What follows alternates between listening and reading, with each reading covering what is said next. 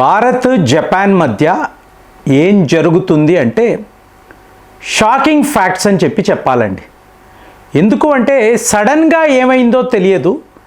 ఈ Japan bankers, ఈ companies వీళ్ళు బిలియన్స్ ఆఫ్ డాలర్స్ భారత్లోకి తీసుకువచ్చి పెట్టుబడులు పెడుతున్నారు. సడన్గా ఏం జరిగింది? ఈ జూలై నెల జపాన్ యొక్క ప్రధానమంత్రి ఈ మేడం ఇక్కడికి వస్తున్నప్పుడు ఒక పెద్ద డెలిగేషన్ అండి.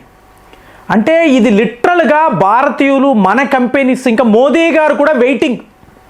ఎందుకంటే డొనాల్డ్ ట్రంప్ వస్తానన్నా కూడా మనమేం పట్టించుకోమండి.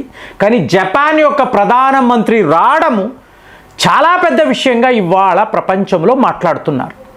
అంటే ఇది ఎలా ఉంది అంటే నా వరకు ఒక జూనియర్ రష్యా లాగా జపాన్ ప్రవర్తిస్తుందా అంటే సెయింట్ పీటర్స్బర్గ్ ఎకనామిక్ ఫోరం అని చెప్పి మీకు ఒక ఈవెంట్ అండి.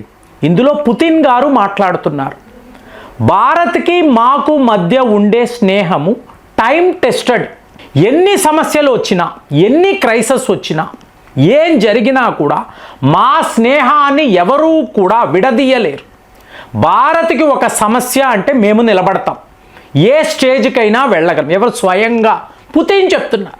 అంటే యావత్తు ప్రపంచము గ్లోబల్ జీడిపి 3% అని చెప్పి మనం యావరేజ్గా చూస్తే భారత్ 6.5%ను సాధించింది. అంటే ఇదేమైనా మామూలు విషయమా? నిన్న మాట్లాడాం 7.7%, ఆయన 6.5 అంటున్నారు పుతిన్ గారు. కానీ ఇక్కడ రిజర్వ్ బ్యాంక్ ఆఫ్ ఇండియా యొక్క డిప్యూటీ గవర్నర్ 7.7% సాధించాము. అంటే అసలు ప్రపంచ స్థాయిలో షేర్ మార్కెట్ అనండి, గోల్డ్, సిల్వర్, వీటి పరిస్థితి, ఎక్స్పోర్ట్స్, ఇంపోర్ట్స్ ఇవన్నీ చూడండి. మరి భారత్ ఒకవేళ ఆయన లెక్కలో 6.5 జీడిపిని సాధించింది అంటే దీనిని మీరు ఎమర్జింగ్ పవర్ అంటారా, గ్లోబల్ పవర్ అంటారా? ఎందుకండి ఆయన ఇప్పుడు ఎందుకు మాట్లాడాలి? అప్పుడు మాట్లాడారు అంటే వార్ ఫండింగ్. మనము రష్యా వద్ద ఆయిల్స్ కొని వాళ్ళకి ఫండింగ్ చేసాము. ఇవాళ మన అవసరం అండి, మనము క్రైసిస్లో ఉన్నాం, ఆయిల్ క్రైసిస్. రష్యా వాళ్ళు మనకి సహాయంగా నిలబడుతున్నారు.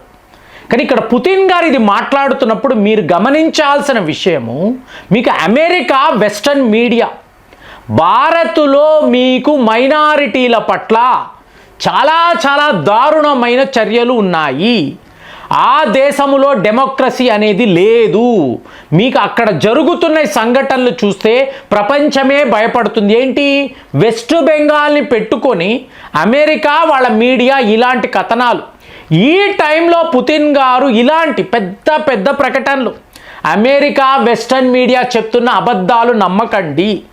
భారత్ మా ఆప్తమిత్రులు, వాళ్ళు అద్భుతమైన విజయము సాధిస్తున్నారు, దీని గురించే నేను మాట్లాడుతున్నానని ఇంటర్నేషనల్ ఫోరంలో ఆయన చెప్పడము పెద్ద విషయం.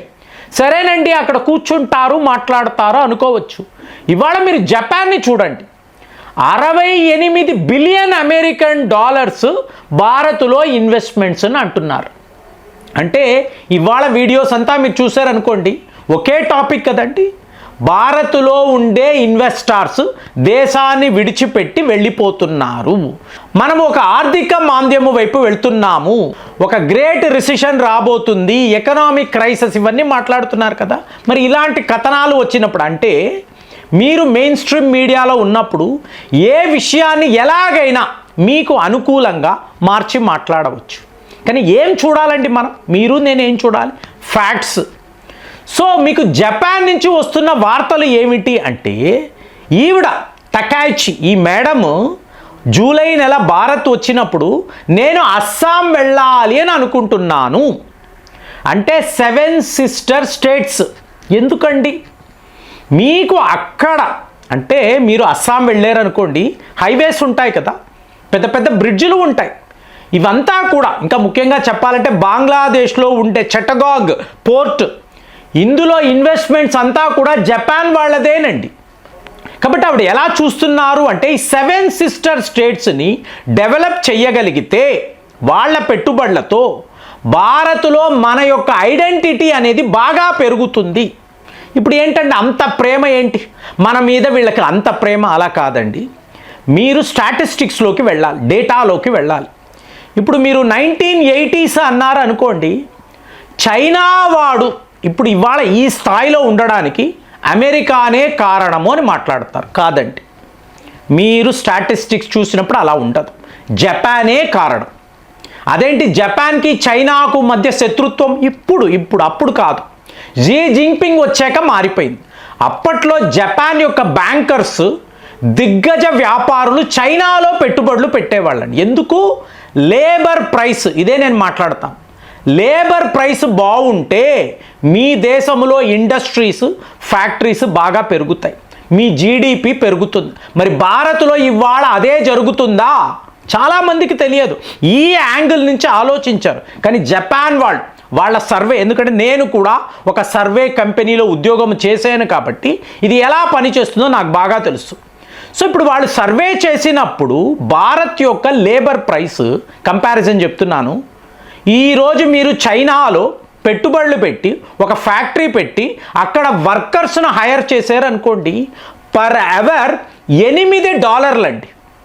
అంటే ఇప్పుడు మీరు 100 రూపాయలు అనుకోండి, 800 రూపాయలు మీరు పేమెంట్ చెయ్యాలి at the end of the day. అదే వియత్నాం అన్నారు అనుకోండి, $2.3, అంటే ఆల్మోస్ట్ 230 రూపాయలు పర్ అవర్ మీరు పే చేయాలి. ఇది కూడా తక్కువే. కానీ భారత్ని చూశారు అనుకోండి, $1.1 మాత్రమే పర్ అవర్. మన లేబర్ ప్రైస్ 110 రూపాయలండి. ఇదే జపాన్ వాళ్ళు గమనించారు. ఇంత చవకగా భారత్లో లేబర్ దొరుకుతున్నప్పుడు, ఫ్రెండ్లీ కంట్రీ, హ్యూజ్ కంట్రీ, పెద్ద కన్స్యూమర్ బేస్, ఇలాంటి ఒక దేశాన్ని విడిచిపెట్టి పిచ్చిగా మనం చైనాలో పెట్టుబడులు పెట్టడం ఏమిటి? ఒక స్లో మార్కెట్లా అది కనిపిస్తుంది. మోరోవర్ మన శత్రువు దేశం, వాళ్ళతో ఎందుకు? ఇక్కడ మిత్రుడు ఉన్నాడు, లీథల్ వెపన్స్ తయారు చేయాలనుకున్నాం, బుల్లెట్ ట్రైన్స్ని భారత్లో ప్రవేశపెట్టాలనుకున్నాం మన ఇన్వెస్ట్మెంట్స్తో. ఇది కదా బెస్ట్ ఆప్షన్. అంటే వ్లాదిమిర్ పుతిన్ గారు ఏమైతే మాట్లాడుతున్నారో, ఇవాళ జపాన్ వైపు నుంచి కూడా సరిగ్గా అలాంటి ఒక స్టేట్మెంట్. సో ఇప్పుడు ఇలాగ బిలియన్స్ ఆఫ్ డాలర్స్ పెట్టినప్పుడు, స్టేబుల్గా ఒక ఎకానమీ ఉన్నప్పుడు మీకు మనం ఆర్థికంగా బాగా ఎదగవచ్చు. అది ఇంట్రెస్ట్ రేట్స్ అనుకోండి, లేదా వడ్డీ వ్యాపారం అనుకోండి, పెట్టుబడులు అనుకోండి, ఇన్ఫ్రా డెవలప్ చేయడం. చూడండి ఫ్రెండ్స్, ఇక్కడ మీరు చూడాల్సింది, అమెరికా నుంచి మీకు పెట్టుబడులు వస్తున్నాయి, ఆస్ట్రేలియా నుంచి పెట్టుబడులు. అంటే మార్నింగ్ మాట్లాడాము కదా, బ్లాక్ స్టోన్ అన్నాం, అమెరికా అన్నప్పుడు అమెజాన్ అన్నాం, మైక్రోసాఫ్ట్, గూగుల్, వీళ్ళందరూ భారత్ వైపే చూస్తున్నారు. ఇప్పుడు జపాన్ ఇలాంటి షాకింగ్ నిర్ణయాలు, మీకు 68 బిలియన్ అమెరికన్ డాలర్స్ త్వరలోనే, ఇది 200 బిలియన్కి చేరవచ్చు.